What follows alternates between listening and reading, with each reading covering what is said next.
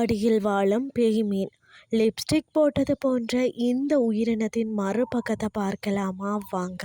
பரிணாம வளர்ச்சியில் இயற்கை செய்த சில வேடிக்கையான படைப்புகளை பார்க்கும்போதோ நமக்கே பெரிய ஆச்சரியமாக தான் இருக்கும்.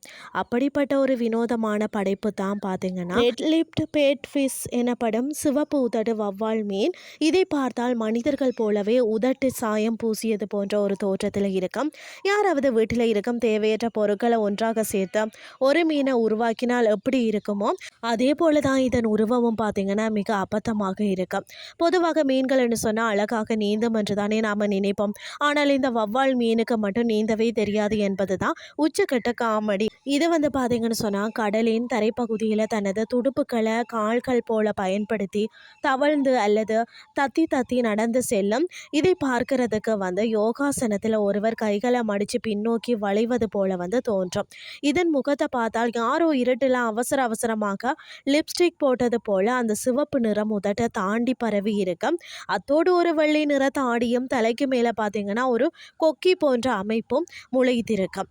குழந்தைகளுக்கான சீஸ் மெழுகு எடுத்து உதட்டில் ஒட்டி விளையாடுவது போல தான் இதன் முகம் பார்த்தீங்கன்னா அத்தனை விசித்திரமாக இருக்குமா. பார்க்க ஏதோ சின்ன மீன் என்று நினைத்து விட வேணாங்க. இது சுமார் 40 சென்டிமீட்டர் நீளம் வரை வளரக்கூடியதாம்.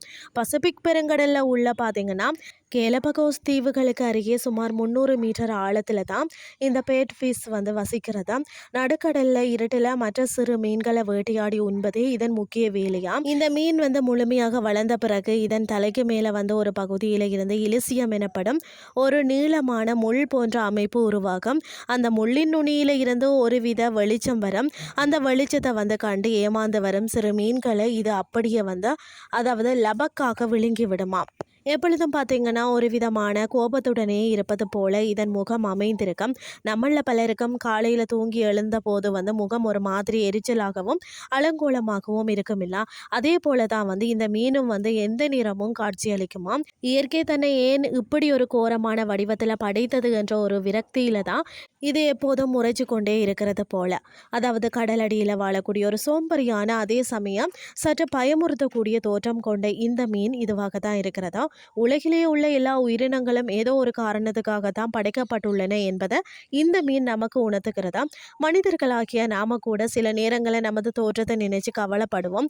ஆனால் எந்த ஒரு கவலையும் இல்லாமல் கடலடியில் இத்தனை அலங்கோலமாக ஒரு மீன் ராஜாவாக வலம் வருவதை பார்க்கும் போதும் அழகு என்பது பார்ப்பவர்களின் கண்ணில் தான் இருக்கிறது என்பது தெளிவாக தெரிகிறதா. இன்றைய கிறிஸ்டி உங்களுக்கு பிரயோசனமாக அமைஞ்சிருக்கும்னு சொல்லி நான் நம்புகிறேன். இதே மாதிரி மற்றும் ஒரு கிறிஸ்டின் வேலைக்கு உங்களை சந்திக்கிறேன். நன்றி.